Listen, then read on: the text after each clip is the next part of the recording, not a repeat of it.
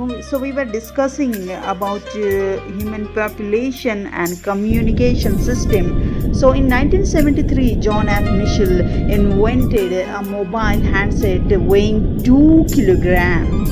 In 1975, fiber optics were developed. Fiber optical systems were superior and economical, due to which human communication took a dramatic turn. In 1999, smartphones were invented, and at that time, population was 6 billion. Millions of mobiles were purchased. It was just like the whole world was revolving in everyone's hand. Okay, in 2018, the world population is reached up to 7.6 billion. Today you just swipe your fingers on a smartphone and do whatever you want to do. Even a newborn baby opens his or her eyes in front of a smartphone camera and give a sweet smile. With one baby, several new branded mobiles launches on Earth.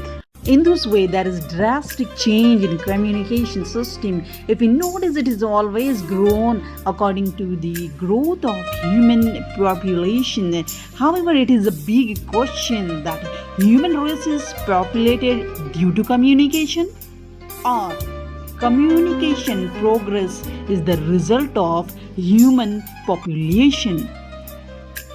We are sure all these inventions are necessary for comfort and sustenance of human beings, but the query is whether all the inventions in the communication have come with the permission of God or they came by chance. No doubt, necessity is mother of invention. Whether this law is applicable here, or is it due to the special intention of God to facilitate all the human beings which are created by Him only.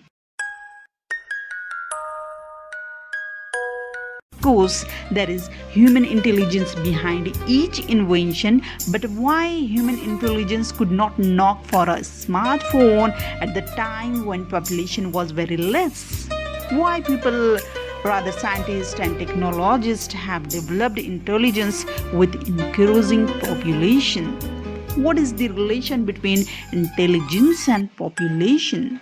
Again, a big question: who leaked this knowledge of communication and intelligence in installment, that too according to the needs of human population growth?